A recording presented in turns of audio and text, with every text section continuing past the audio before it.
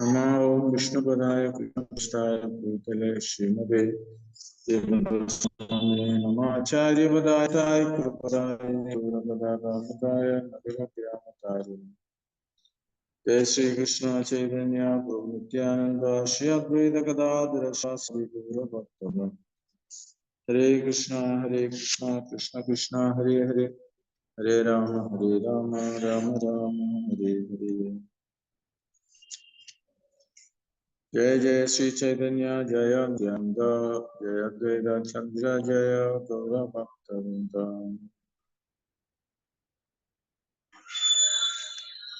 ഹരേ കൃഷ്ണ.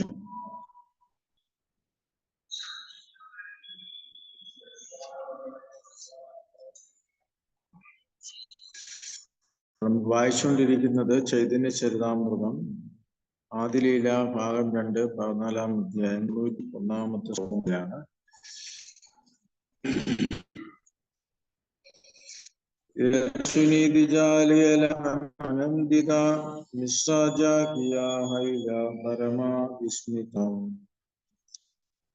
ഇത്രയും പറഞ്ഞതിന് ശേഷം ബ്രാഹ്മണൻ സന്തോഷവാനായി തിരിച്ചു. സ്വപ്നത്തിൽ നിന്നുണർന്ന ജഗന്നാഥ മിശ്രൻ അത്യന്തം സ്നേഹിച്ചു പോയി. ബന്ധുബാന്ധവസ്ഥാനെ സ്വപ്നകഹില സുനിലം സകല ലോക വിസ്മിത. അദ്ദേഹം സുഹൃത്തുക്കളോടും ബന്ധുക്കളും ഈ സ്വപ്നം വിവരിച്ചു. അത്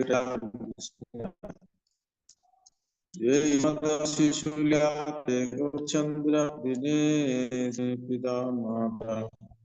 ബന്ധായ ആനന്ദ. ഇപ്രകാരം ഗൗരചന്ദ്രന്റെ ബാല്യലീലകൾ നാടുകയും മാതാപിതാക്കളുടെ സന്തോഷം അനുദിനം വർദ്ധിപ്പിക്കുകയും ചെയ്തു. ഇപ്പൊ ഇവിടെ ജഗന്നാഥ് മിശ്ര ബ്രാഹ്മണൻ സ്വപ്നത്തിൽ തത്വങ്ങൾ സംവാദം ചെയ്തെങ്കിലും വിശുദ്ധ വാത്സല്യ പ്രേമത്താൽ ജഗന്നാഥ മിശ്രൻ മറ്റൊന്നും അറിയാൻ ആഗ്രഹിച്ചില്ല. അപ്പോ ചൈതന്യ മഹാപ്രഭുവിന്റെ ബാല്യലീലകളില് ഒരുപാട് കുസൃതികൾ കണ്ട് ജഗന്നാഥ സച്ചിൻ മാതാവും വളരെ ആനന്ദിച്ചു. അപ്പൊ അതിന് തൊട്ടു മുമ്പ് നമ്മൾ കഥ പറഞ്ഞു. ഒരു ബ്രാഹ്മണൻ ചൈതന്യ മഹാപ്രഭുവിന്റെ വീട്ടിൽ വരികയും അങ്ങനെ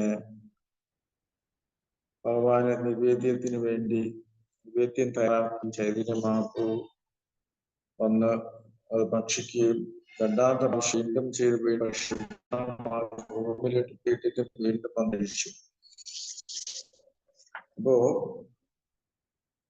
പിന്നീട് ചൈതന്യ മഹാപ്രഭു അദ്ദേഹത്തിനെ വെളിപ്പെടുത്തി ഞാൻ ഭഗവാൻ സാക്ഷാൽ ഭഗവാൻ തന്നെയാണ് എന്ന് മനസ്സിലാക്കി കൊടുക്കുകയും അദ്ദേഹം പിന്നീട് കൃഷ്ണപ്രേമത്തിൽ മുഴുകുകയും ചെയ്തതായിട്ടാണ്. അപ്പോ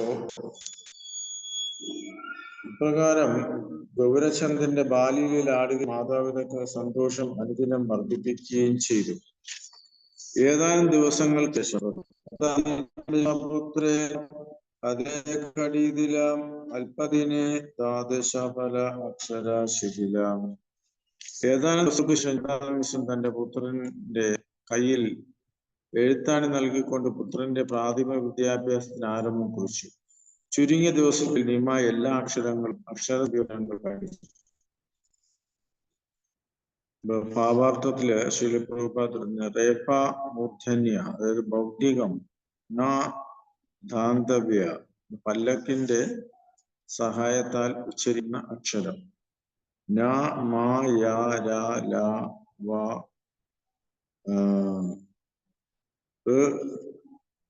ല എന്നിവയാണ് അക്ഷരങ്ങളുടെ 12 സംയോജനങ്ങൾ. ദശഫലം എന്ന് വിളിക്കുന്നത്. അതേ കടി എന്നാൽ പ്രാഥമിക വിദ്യാഭ്യാസത്തിന്റെ ആരംഭം എന്നർത്ഥം. കുട്ടിയുടെ 4-ാമത്തെ 5-ാമത്തെ വയസ്സ് വിദ്യാരംഭ നാളിൽ വിഷ്ണുവിനെ ആരാധിച്ചതിന് ശേഷം അധ്യാപകൻ കുട്ടിയിൽ നീളമുള്ള ഒരു തൂലിക നൽകി. പ്രാഥമിക വിദ്യാഭ്യാസ തുടക്കം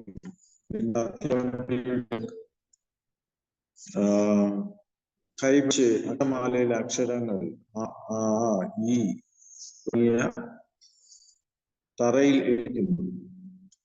കുട്ടി എഴുത്തിൽ അല്പം പുരോഗമിച്ചു കഴിയുമ്പോൾ അവന് എഴുതി പിടിപ്പിക്കാൻ ഒരു കല നൽകുന്നു. മുകളിൽ പറഞ്ഞ കല എന്ന് വിളിക്കപ്പെടുന്നു. പ്രയോജനങ്ങൾ പഠിച്ചു കഴിയുമ്പോൾ ആ പ്രാഥമിക വിദ്യ അവസാനിക്കുന്നു. ചൈതന്യ മഹാപ്രഭുവിന് എഴുത്താണി നൽകി പ്രാഥമികാഭ്യാസം നൽകിയതാണ് ഇവിടെ പറയുന്നത്. പക്ഷെ ചുരുങ്ങിയ ദിവസങ്ങളിൽ തന്നെ എല്ലാം ചൈതന്യ മഹാപ്രഭു പഠിച്ചു എന്നുള്ളതാണ്. ബാല്യലീലാസൂത്രയെ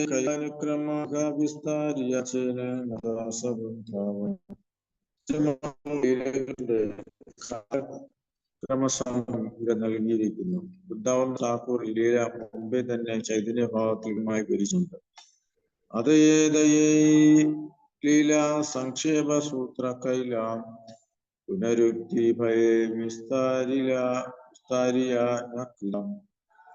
അത് ഞാൻ ചെറിയ സംഗ്രഹം മാത്രമേ എഴുതുള്ളൂ. ആവർത്തന ഭയം മൂലം ഞാൻ ലീലകൾ വിപുലീകരിക്കുന്നില്ല. ഇവിടെ 97 ശ്രീരൂപരമാതേ ആശ ചൈതന്യ ചരിതാമൃത കഹേ കൃഷ്ണദാസ. സ്വരൂപ ഗോസ്വാമി ഇവിടെ പാദങ്ങളിൽ പ്രാർത്ഥിച്ചുകൊണ്ട് അവിടെ കാരുണ്യത ഉല്ലസിച്ചുകൊണ്ടും കൃഷ്ണദാസ് കവിരാജൻ അവരുടെ ദിശകൾ പിന്തുടർന്നുകൊണ്ട് ചൈതന്യ ചരിതാമൃതം വർണ്ണിക്കുന്നു. ചൈതന്യ ചരിതാമൃതം ആദിലീല ചൈതന്യ മഹാപ്രഭുവിന്റെ ബാലീല എന്ന 14 ഭക്തിവേദാന്ത പാത്രങ്ങളുടെ സമ്പൂർണ്ണമായി.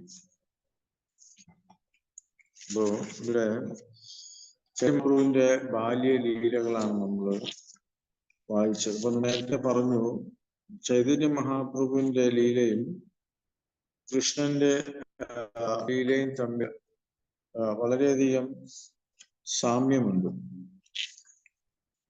ചൈതന്യ മഹാപ്രഭുവിന്റെ ഉദ്ദേശം പറയുന്നത് എന്തായിരുന്നു? ഭഗവാൻ ശ്രീകൃഷ്ണൻ വന്നു ഭഗവത്ഗീത ഉപദേശിച്ചു.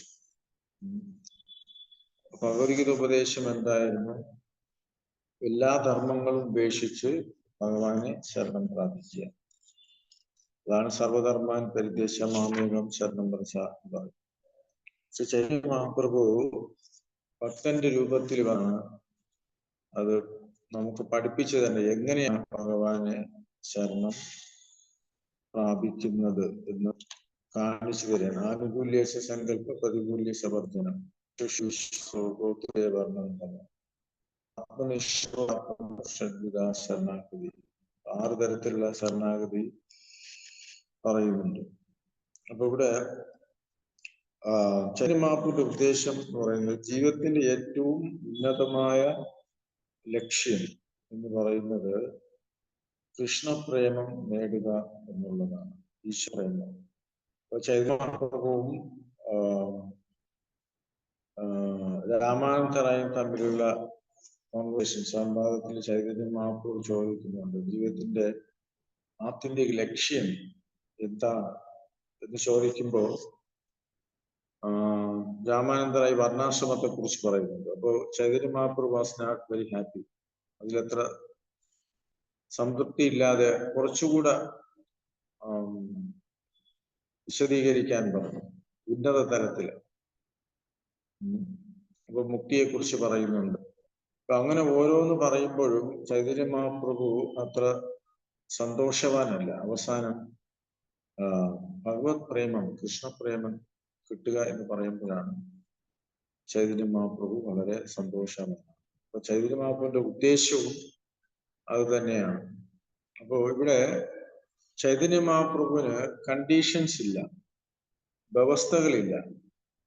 ജാതിയോ മതമോ അല്ലെങ്കിൽ അവരുടെ യോഗ്യത നോക്കാതെ എല്ലാവർക്കും കൃഷ്ണപ്രേമം നൽകുക. ആരാണോ ഹരേ കൃഷ്ണ മന്ത്രം ജപിക്കുകയും ഭഗവാനെ സേവ ചെയ്യുകയും ചെയ്യുന്നത്, അതുപോലെ ഒരു ആധികാരികമായ ആധ്യാത്മ ഗുരുവിനെ സ്വീകരിച്ചുകൊണ്ട് അദ്ദേഹത്തിന്റെ നിർദ്ദേശങ്ങൾ ഫോളോ ചെയ്യുന്ന എല്ലാവർക്കും കൃഷ്ണപ്രേമത്തിൽ വരാൻ കഴിയും എന്ന് ശീലപ്രഭുപാദർ പറയുന്നുണ്ട്.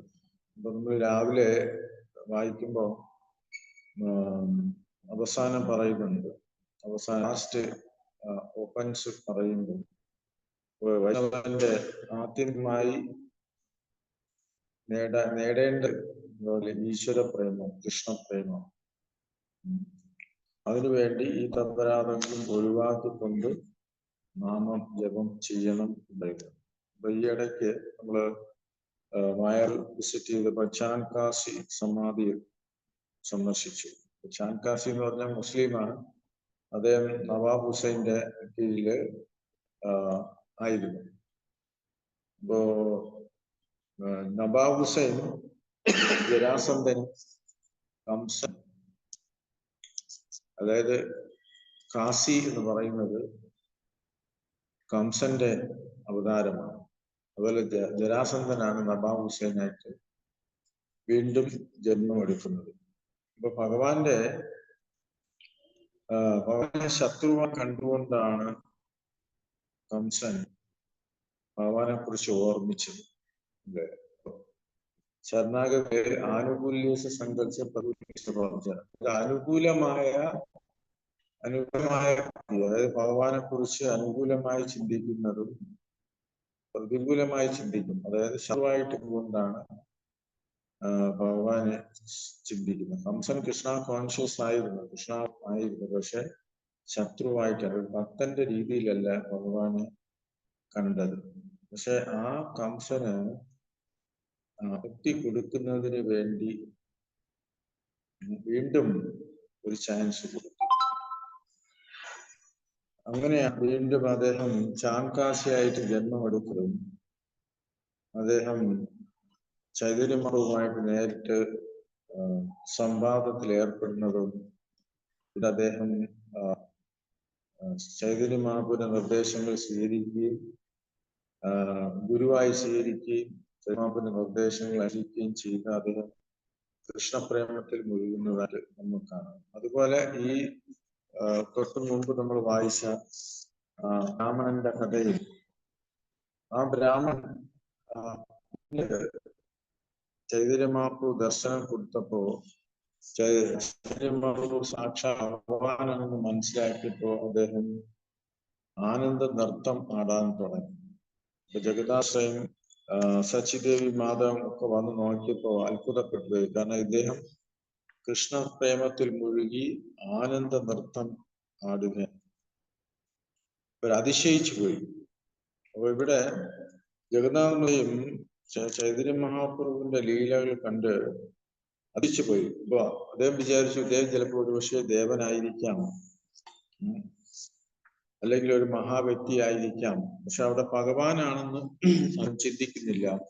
പക്ഷെ അദ്ദേഹം എന്റെ പുത്രനാണ് എന്നുള്ള രീതിയിലാണ്, ആ പുത്രാലയത്തിലാണ് ജഗന്നാഥ മിശ്ര ലക്ഷ്മിമാതാവും ചൈതന്യ മഹാപ്രഭുവിന് സേവനം ചെയ്യുന്നത്. അപ്പൊ ഈ ഒരു അധ്യായം ചൈതന്യ മഹാപ്രഭുവിന്റെ ബാല്യലീലകള് ഇവിടെ അവസാനിക്കുകയാണ്. അപ്പോ ഇനി അടുത്ത വരുന്നത് 15-ാമത്തെ അധ്യായമാണ്. ജസ്റ്റ് ഒന്ന് ഇൻട്രൊഡക്ഷൻ വായിക്കാം, ബാക്കി അടുത്ത ക്ലാസ്സിൽ കണ്ടിന്യൂ ചെയ്യും.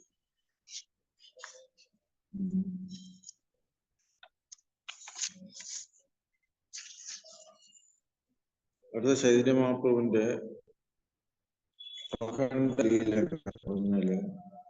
ബാല്യലീല കഴിഞ്ഞിട്ട് അടുത്ത് 15-ാം അധ്യായത്തിന്റെ സംഗ്രഹം താഴെ കൊടുക്കുന്നു. ഭഗവാൻ ഗംഗാദാസ് പണ്ഡിതിൽ നിന്ന് വ്യാകരണം പഠിക്കുകയും അപ്രകാരം വ്യാകരണത്തിൽ അഭിപ്രായം പറയാത്ത വണ്ണം അതിവിദഗ്ധനാകുകയും ചെയ്തു. ഏകാദശി ദിവസം ധാന്യങ്ങൾ ഭക്ഷിക്കുന്നതിൽ നിന്ന് വളരെ ഒരു സത്തിൽ വിശ്വരൂപൻ സന്യാസം സ്വീകരിച്ച ശേഷം സന്യാസം സ്വീകരിക്കാൻ ക്ഷണിച്ചെന്നും ക്ഷണം വിതച്ചെന്നും എന്നാൽ ഗൃഹത്തിൽ തിരിച്ചെന്നും അവിടുന്ന് പറഞ്ഞു. വിയോഗത്തിന് ശേഷം മഹാപ്രഭുവിൻ വല്ലഭാചാര്യന്റെ പുത്രി ലക്ഷ്മിയെ വിവാഹം ചെയ്തു. ഈ സംഭവങ്ങളെല്ലാം ഈ അധ്യായത്തിൽ സംഗ്രഹിച്ചിട്ടുണ്ട്. ശ്ലോകം 1. പതിനഞ്ചാമത്തെ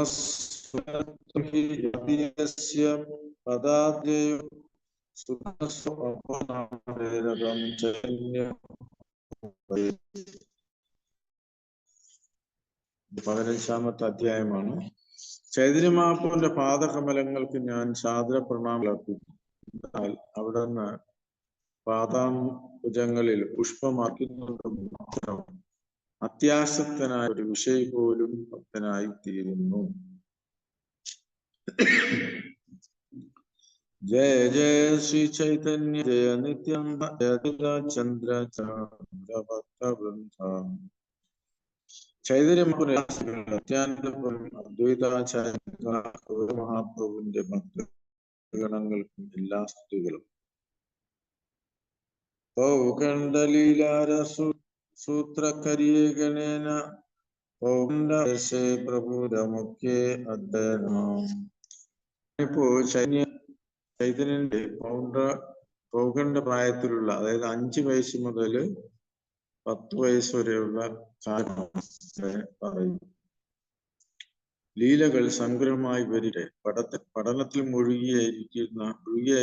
മുഴുകുകയായിരുന്ന ഈ കാലയളവിൽ അവിടുത്തെ മുഖ്യ പ്രവൃത്തി പൗഗണ്ഡലീല ചൈതന്യ കൃഷ്ണ ശാദി സുവിസ്തൃത വിദ്യാരംഭം പാണി ഗ്രഹണാന്ത മനോഹര. പൗഗണ്ഡ പ്രായത്തിലെ ഭഗവാന്റെ ലീലകൾ വളരെ വിസ്മൃതമാണ്. വിദ്യാഭ്യാസമായിരുന്നു ഈ കാലഘട്ടത്തിലെ അവിടുത്തെ മുഖ്യമായ കാര്യം. കഴിഞ്ഞ ഇതിൽ നമ്മൾ വായിച്ചു ബാല്യലീലകളാണ്. ഇനി അദ്ദേഹത്തിന്റെ പഠന കാര്യങ്ങളെ കുറിച്ചുള്ളതാണ് ഈ വയസ്സിൽ.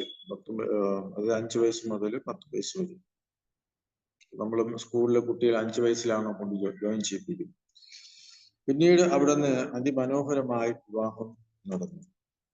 ഗംഗാദാസ പണ്ഡിതസ്ഥാനെ പാണ്ഡകേ വ്യാകരണം ശ്രവണമാത്രേര കണ്ഠേ കൈലാ സൂത്രവൃത്തി ഗണ. ഗംഗദാസ് പണ്ഡിതന്റെ കീഴിൽ വ്യാകരണം പഠിച്ചിരുന്നപ്പോൾ ഒരു തവണ കേൾക്കണ മാത്രയിൽ തക്ഷണം അവിടുന്ന് വ്യാകരണ നിയമങ്ങളും നിർവചനങ്ങളും വ്യത്യസ്തമാക്കിയിരുന്നു. ഭാവാർത്ഥം: വിഷ്ണുവെന്നും സുദർശനെന്നും പേരുള്ള 2 അധ്യാപകന്മാരാണ് ഭഗവാൻ പാഠങ്ങൾ നൽകിയിരുന്നത്. ശ്രീല ഭക്തിവിനോദ് ഠാക്കൂർ പറയുന്നു, പിന്നീട് അല്പം കൂടി വളർന്നപ്പോൾ ഉയർന്ന നിലവാരത്തിലുള്ള വ്യാകരണം പഠിപ്പിച്ച ഗംഗാദാസ് പണ്ഡിതന്റെ ശിഷ്യനായി. സംസ്കൃത ഭാഷ പഠിക്കണമെന്ന ഗൗരവപൂർവ്വം ആഗ്രഹിക്കുന്ന ഏതൊരാളും ആദ്യം വ്യാകരണം പഠിക്കണം. സംസ്കൃത വ്യാകരണം പഠിച്ച് പൂർത്തിയാക്കാൻ കുറഞ്ഞത് 12 വർഷം വേണമെന്ന് പറയപ്പെടുന്നു. അപ്പൊ ഇവിടെ സംസ്കൃതം മസ്റ്റ് ആയിരുന്നു ആ ഒരു കാലഘട്ടത്തില്.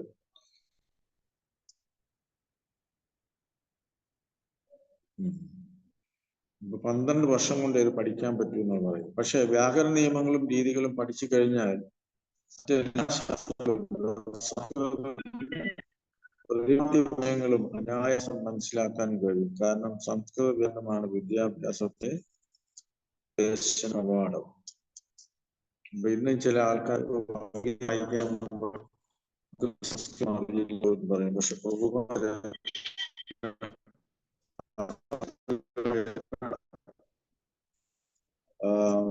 ഭഗവത്ഗീത അല്ലെങ്കിൽ ശ്രീമദ് ഭാഗവതം എല്ലാം ഇംഗ്ലീഷിലേക്ക് ട്രാൻസ്ലേഷൻ ചെയ്യും. പിന്നീട് അത് എല്ലാ ലോകത്തിലുള്ള എല്ലാ ഭാഷകളിലേക്കും വിവർത്തനം ചെയ്യപ്പെടുകയും ചെയ്യും. നമുക്ക് സംസ്കൃതം പഠിക്കേണ്ട ആവശ്യമില്ല ഭഗവത്ഗീത മനസ്സിലാക്കാൻ അല്ലെങ്കിൽ ഭാഗവതം മനസ്സിലാക്കാനായിട്ട്.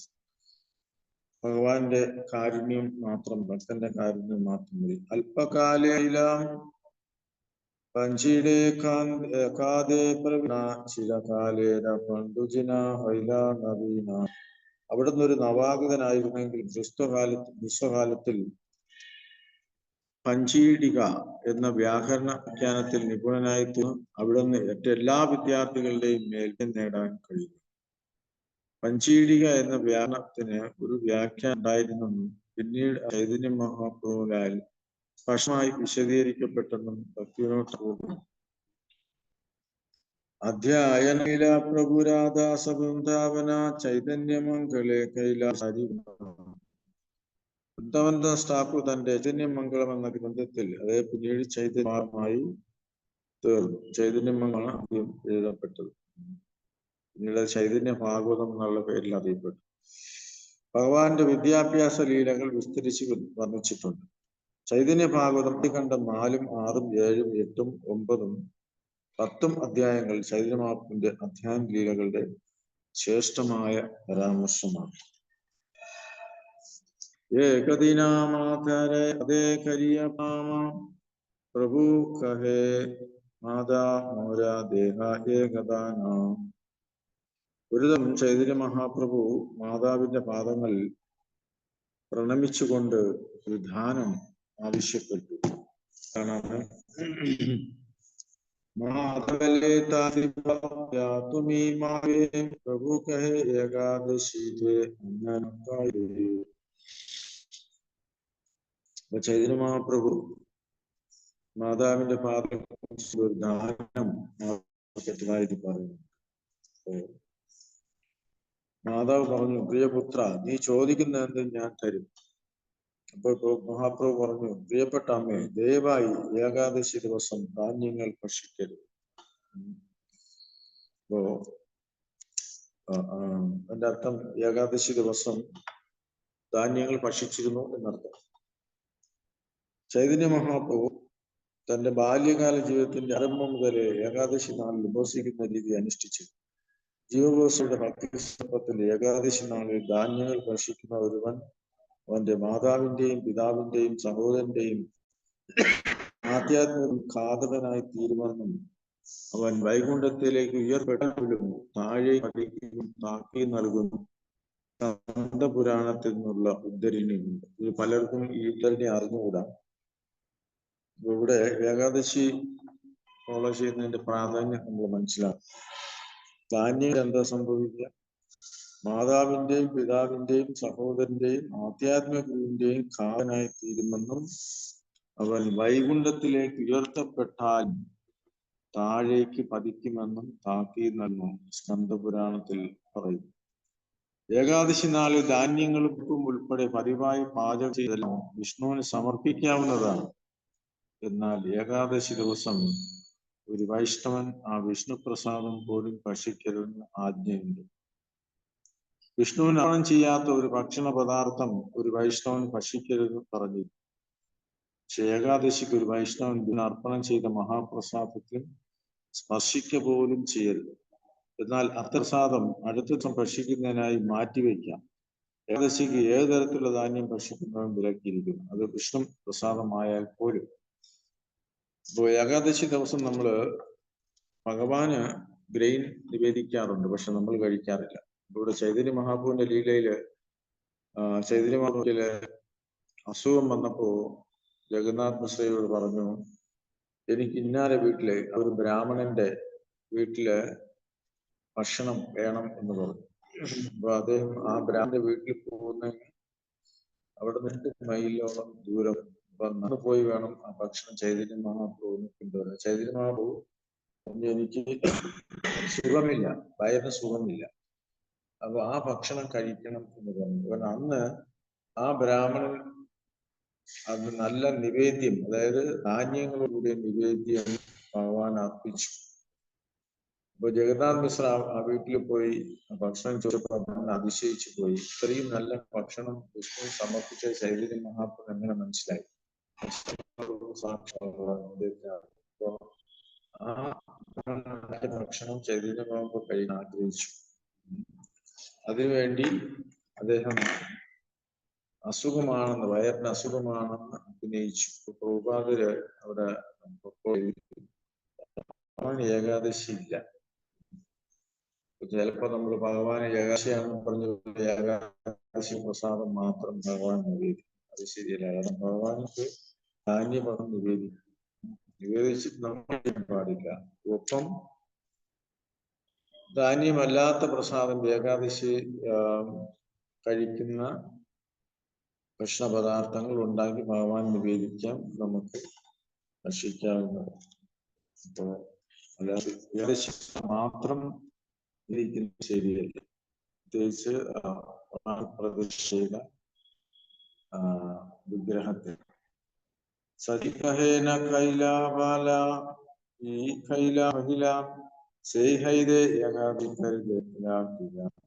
സച്ചിവായി പറഞ്ഞു, ഞാൻ ഇനി ഏകാദശി ധാന്യം ഭക്ഷിക്കില്ല. അമ്മ സാധിച്ചു. അന്നു മുതൽ സച്ചിമാത ഏകാദശി ഉപവാസം അനുഷ്ഠിക്കാൻ ആരംഭിച്ചു. ഭാവാർത്ഥം: ഒരു വിധവ ഏകാദശി ദിവസം നിർബന്ധമായും ഉപവാസം എടുക്കണമെന്ന് സദവ, അതായത് ഭർത്താവുള്ള സ്ത്രീ ആചരിക്കാൻ പാടില്ലെന്ന് സ്മാർത്ത പരാമർശിടയിൽ യുക്തിഹീനമായ അഭിപ്രായം. അതായത് ഒരു വിധവ ഏകാദശി നിർബന്ധമായ ഉപവാസം ആചരിക്കണമെന്നും പക്ഷെ സദവ ഭർത്താവുള്ള സ്ത്രീ ആചരിക്കാൻ പാടില്ലെന്ന് സ്മാർത്ത പരാമർശിടയിൽ യുക്തിഹീനമായ അഭിപ്രായം. സദവ അഭ്യർത്ഥനയ്ക്ക് മുമ്പ് ഏകാദശി കാണപ്പെടുന്നു. അന്നുണ്ടായിരുന്ന ആ നിയമമാണ്. പക്ഷെ എങ്ങനെ തന്നെ ആയാലും സ്ത്രീ വിധവ അല്ലെങ്കിൽ നിർബന്ധമായി ഏകാദശി ആചരിക്കണം. അന്നേ ദിവസം ഒരു തരത്തിൽ ധാന്യം വിഷ്ണു പോലും സ്പർശിക്കരുതെന്നും വിധി ചൈതന്യ മഹാപ്രഭു പ്രാവർത്തികമാക്കി. ചൈതന്യ മഹാപ്രഭുവിന്റെ ആ കാലഘട്ടത്തില് ഈ ചടങ്ങ് ഒന്ന് ഫോളോ ചെയ്തിരുന്നു മനസ്സിലാക്കാം. അപ്പോ അതിനുശേഷമാണ് ചൈതന്യ മഹാപ്രഭു വളരെ സ്ട്രിക്റ്റ് കൊണ്ടുവന്നത്. പിന്നീട് നമ്മുടെ ആചാര്യന്മാര് ഏകാഗ്രവും ധാന്യം കഴിക്കാൻ പാടില്ല. ഇപ്പൊ ശ്രീ വൈഷ്ണവ സമുദായത്തിൽ അവർ പറയും, അവര് സാധാരണ ഇഡ്ഡലി ദോശയൊക്കെ കഴിക്കാറുണ്ട്. അപ്പോ ഒരിക്കലും ഒരു ശ്രീ വൈഷ്ണവൻ പറഞ്ഞു, ഞങ്ങളുടെ ഗുരു രാമാനുചാര്യ ഇതൊന്നും പറഞ്ഞിട്ടില്ല, നിങ്ങൾ കഴിക്കുന്നെന്ന് പറഞ്ഞു. നമ്മുടെ സമ്പ്രദായത്തിലില്ല. തവേ മിശ്ര വിശ്വരൂപായവനാം കന്യാചാഹി വിവാഹത്തിലെ വിശ്വപാൻ തുടർന്ന യുവാവായെന്നും കണ്ട ജഗന്നാഥ ഒരു കന്യെ കണ്ടെത്തി വിവാഹം ചെയ്യിക്കാൻ തീരുമാനിച്ചു. വിശുഭശുനി കരാചാടി പലായിലും സന്യാസക്കരില്ല തീർത്ഥാടി. ഇത് കേട്ട സ്വരൂപൻ ഗൃഹം ഉപേക്ഷിച്ചു പോയി സന്യാസം സ്വീകരിക്കുകയും തീർത്ഥയാത്ര ചെയ്യുകയും ചെയ്തു.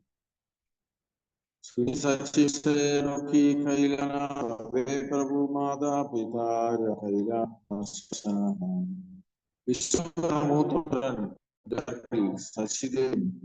സ്വയം വളരെ ദുഃഖിതനായി മഹാപുരൻ പുത്രൻ ദേഹത്യാഗം എന്നുള്ള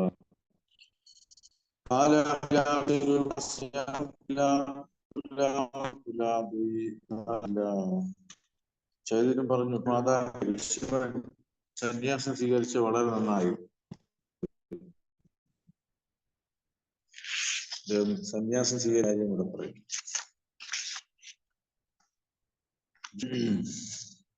കാരണം അപ്രകാരം അവിടെ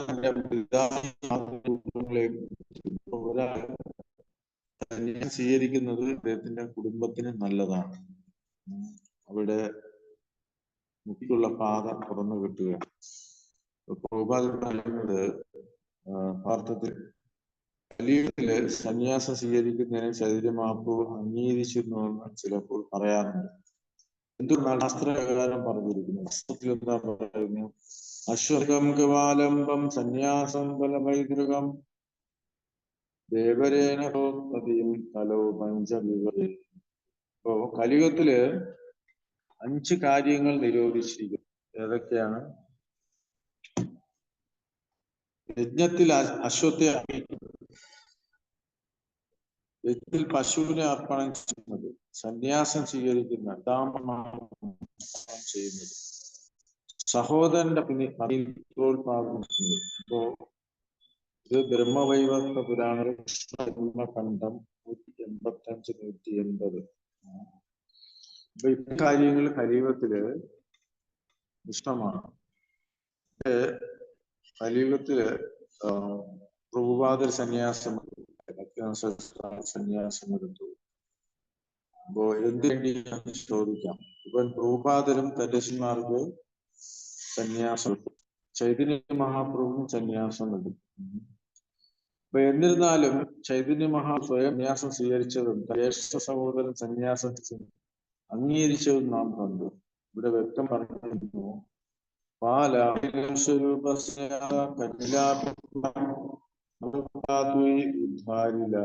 അതിനാൽ ചൈതന്യമാപ്പ് പരസ്പര വിരുദ്ധമായി പ്രസ്താവന നടത്തിയെന്ന് വിചാരിക്കാൻ കഴിയുമോ? ഇല്ല, വാസ്തവത്തിൽ അവിടെ നിന്ന് അങ്ങനെ ചെയ്തിട്ടില്ല. ഒരുവൻ തന്റെ ജീവിതം ഭഗവത് സേവനത്തിന് സമർപ്പിക്കുന്നതിനായി സന്യാസം സ്വീകരിക്കണമെന്ന് ശുപാർശ ചെയ്തിരിക്കുന്നു. എല്ലാവരും നിർബന്ധമായും അത്തരത്തിലുള്ള സന്യാസം സ്വീകരിക്കണം. അത്തരം സന്യാസ സ്വീകരണത്തിലൂടെ ഒരുവൻ തന്റെ പിതൃകുടുംബത്തിനെയും മാതൃകുടുംബത്തിനെയും വേണ്ടി ഉത്കൃഷ്ടമായ സേവനം വിശേഷമായ യാതൊരു അർത്ഥവുമില്ലാത്ത മായാവിഭാഗങ്ങളുടെ സന്യാസം സ്വീകരിക്കരുത്. ധാരാളം മായാവതി സന്യാസികൾ തങ്ങൾ ബ്രഹ്മം അഥവാ നാരായണെന്ന് സ്വയം ചിന്തിച്ച് തൊഴിൽ അഴകിയതും വിശുന്ന ഉദരങ്ങൾ നിറയ്ക്കാൻ കൃഷിയാചിക്കുന്നതെന്ന് നാം കാണും. മായാവതി സന്യാസി അത്രയധികം അകപ്പതിച്ചാൽ അവരിൽ ഒരു വിഭാഗം പന്നികളെയും നായ്ക്കളെയും പോലെ എന്തും ഭക്ഷിക്കുന്നു. പക്ഷെ അത്തരം തരം താഴ്ന്ന സന്യാസമാണ് ജീവിതത്തിൽ വിലക്കപ്പെട്ടിട്ടുള്ളത്. വാസ്തവത്തിൽ സന്യാസം സ്വീകരിക്കുന്നതിനുള്ള ശ്രീ ശങ്കരാചാര്യ തത്വങ്ങൾ വളരെ നിഷ്ഠയുള്ളതായിരുന്നു. പക്ഷെ പിൽക്കാലത്ത് സന്യാസം സ്വീകരിക്കുന്നതിലൂടെ ഒരുവന് നാരായണനായി തീരാമെന്ന് പ്രതിപാദിക്കുന്നവരുടെ തെറ്റായ തത്വശാസ്ത്രം മൂലം മായാവാദികൾ എന്ന് പറയപ്പെടുന്ന സന്യാസിമാർ അധപ്പതിച്ചു പോയി. ശ്രീ ചൈതന്യ മഹാപ്രഭു അത്തരം സന്യാസിയെ തള്ളിക്കളഞ്ഞു. പക്ഷെ സന്യാസ സ്വീകരണം വർണ്ണാശ്രമത്തിന്റെ ഇനങ്ങളിൽ ഒന്നാണ്. ആ നിലയ്ക്ക് അതെങ്ങനെ രസിക്കാൻ കഴിയും? അതുകൊണ്ടാണ് പ്രഭുപാദരും പറഞ്ഞു, സന്യാസം സ്വീകരിച്ചവരെ നമ്മൾ ബഹുമാനിക്കണം, നമസ്കരിക്കണം. സന്യാസം സ്വീകരിച്ചവരെ നമസ്കരിക്കാതിരുന്നാൽ അന്ന് ദിവസം ഉണ്ണാമൃതം ഇരിക്കും, ഭക്ഷണം കഴിക്കാൻ പാടില്ല. അപ്പോൾ വർണ്ണാശ്രമത്തിലെ അവസാനത്തെ ആശ്രമമാണ് ബ്രഹ്മചര്യം, ഗൃഹസ്ഥം, വാനപ്രസ്ഥം, സന്യാസം. അപ്പൊ ഇവിടെ സന്യാസം ചൈതന്യ മഹാപ്രഭു സ്വീകരിച്ചത് പ്രചാരത്തിന് വേണ്ടിയാണ്. കാരണം ഒരു സന്യാസി പറയുന്നത് ജനങ്ങൾ വിലമതിക്കും. ചൈതന്യ മഹാപ്രഭു പറഞ്ഞ പല കാര്യങ്ങളും പലരും സ്വീകരിച്ചിരുന്നില്ല, ചിലർ കളിയാക്കി. അപ്പൊ ചൈതന്യ മഹാപ്രഭു സന്യാസം സ്വീകരിച്ചപ്പോ മറ്റുള്ളവർ റെസ്പെക്ട് ചെയ്യാൻ തുടങ്ങി. ഇവർ മായാവാദി സന്യാസിമാർ അദ്ദേഹത്തിനെ കൈപിടിച്ചുയർത്തി അവരുടെ സഭയിലേക്ക് കൊണ്ടുവന്നിട്ട് അവരുടെ പാദം കഴുകുകയും സേവനം ചെയ്യുകയും ചെയ്തു. പക്ഷെ അത് മുഖാന്തരം അവർ ശുദ്ധീകരിക്കപ്പെട്ടു. അതുപോലെ സാർവ ഭട്ടാചാര്യര് അദ്ദേഹത്തെ ചൈതന്യ മഹാപ്രഭുവിനെ കൊണ്ടുപോയി സന്യാസം എടുത്തിട്ട് ആടിപ്പാടി നടക്കുന്നു, വേദാന്തം എന്തുകൊണ്ട് പഠിക്കുന്നില്ല എന്ന് പറഞ്ഞ് വേദാന്തം ഉപദേശിച്ചതായി കാണുന്നുണ്ട്. ഇപ്പൊ പ്രഭുപാദരും സന്യാസം എടുത്തിട്ട് അതുപോലെ പ്രഭുപാദയുടെ ഗുരു സന്യാസം എടുത്തു. അപ്പോ ഇതെല്ലാം പ്രചാരണത്തിന് വേണ്ടിയാണ്. എന്തുകൊണ്ട് ഇസ്കോൺ സന്യാസം കലിയുഗത്തിൽ നിരോധിച്ചെങ്കിലും സന്യാസം എടുക്കണം? സന്യാസി പറയുന്നതിന് ആൾക്കാർ വില കൽപ്പിക്കും. പ്രചാരണത്തിന് വേണ്ടി, ഭഗവാന്റെ നാമം പ്രചരിപ്പിക്കുന്നതിന് വേണ്ടി. പക്ഷെ സാധാരണ ഇവിടെ പ്രഭുപാദര് പറയുന്ന തരം താഴ്ന്ന സന്യാസിമാരുണ്ട്. ചുമ്മാ ഭിക്ഷയ്ക്ക് വേണ്ടി, അല്ലെങ്കിൽ ഒരു പന്നികളെയും നായ്ക്കളെയും പോലെ ഒരു നിയമം വ്യവസ്ഥയില്ലാതെ എന്തും ഭക്ഷിക്കുന്നു. സന്യാസം എന്ന് പറയുമ്പോൾ കുറച്ചും കൂടെ സ്ട്രിക്റ്റ് ആണ്. പല സന്യാസിമാരും ചില സ്കൂളിൽ തന്നെ 2 നേരം ഭക്ഷിക്കാറുള്ളൂ, ചില 1 നേരമേ ഭക്ഷിക്കാറുള്ളൂ. ചില ഭക്ഷ്യപദാർത്ഥങ്ങള് അത് ഉപേക്ഷിച്ചതായിട്ട് കാണുന്നുണ്ട്. അതുപോലെ നമ്മൾ 16 മാല ജപിക്കുന്നു, ചില സന്യാസിമാര് 55 മാല, 64 മാല ജപിക്കുന്നവരുണ്ട്. അപ്പൊ കുറച്ചുകൂടെ സീരിയസ് ആണ് നിയമങ്ങൾ. ഇപ്പൊ സന്യാസം എടുത്ത ഒരാളിന് വീട്ടിൽ പോകാൻ പറ്റില്ല 5 വർഷം വരെ. അതുപോലെ ധർമ്മപത്നിയെ കാണാൻ കഴിയില്ല, വീട്ടിൽ പോകാൻ കഴിയില്ല. അതുപോലെ സാധന ഭക്തിയിൽ വളരെ സ്ട്രിക്റ്റ് ആയിരിക്കണം. മംഗളാരതി, അതുപോലെ ജപം, മറ്റു കാര്യങ്ങൾ വളരെ സ്ട്രിക്റ്റ് ആയിട്ട് ഫോളോ ചെയ്യണം. അപ്പൊ ഇസ്കോണില് നമുക്കൊരു കമ്മിറ്റി തന്നെ ഉണ്ട്. ഒരാള് സന്യാസത്തിന് റെക്കമെൻഡ് ചെയ്യുമ്പോൾ ആ കമ്മിറ്റി വാച്ച് ചെയ്യും. അദ്ദേഹത്തിനെ കുറിച്ച് എന്തെങ്കിലും പരാതി ഉണ്ടോ, അദ്ദേഹം സാധന എല്ലാം സ്ട്രിക്റ്റ് ആയിട്ട് ഫോളോ ചെയ്യുന്നു. ഒരു മാസത്തിൽ 1 or 2 മംഗളാരതി മിസ് ചെയ്യാം. അപ്പൊ ഇത് ഇസ്കോണില് നിയമമാണ്. ചൈതന്യ മഹാപ്രഭു സന്യാസം എടുത്തപ്പോഴും വിഷ്ണുപ്രിയ അത് സ്വീകരിച്ചുകൊണ്ട് ചൈതന്യ മഹാപ്രഭുവിന്റെ പാദം വെച്ച് പൂജിച്ചു. അപ്പൊ നമ്മള് ഇപ്പൊ മായക്കുറിപ്പായി ആ സ്ഥലം പോയി വന്നിട്ട് കിട്ടുന്ന ധാന്യങ്ങള് ഓരോന്നായിട്ട് ചൈതന്യ മഹാപ്രഭുവിന് അർപ്പിച്ച് അതാണ് എടുത്ത് ഭക്ഷണം ഉണ്ടാക്കി കഴിക്കുന്നത്. അപ്പൊ അത്രയും സ്ട്രിക്റ്റ് ആയിട്ട് ഫോളോ ചെയ്തിട്ടുണ്ട്. ഓക്കെ, ഹരേ കൃഷ്ണ കൃഷ്ണ കൃഷ്ണ ഹരേ ഹരേ, ഹരേ രാമ രാമ രാമ ഹരേ. ഇവിടെ നമ്മള് 15-ാം അധ്യായത്തില് 14-ാമത്തെ ശ്ലോകം വരെ വായിച്ചു. ഹരേ കൃഷ്ണ. അപ്പൊ നമുക്കിവിടെ നിർത്താം. ആർക്കും എന്തെങ്കിലും അഭിപ്രായം ഉണ്ടെങ്കിൽ പറയാം, ഇല്ലെങ്കിൽ ഇവിടെ നിർത്താം. ഹരേ കൃഷ്ണ.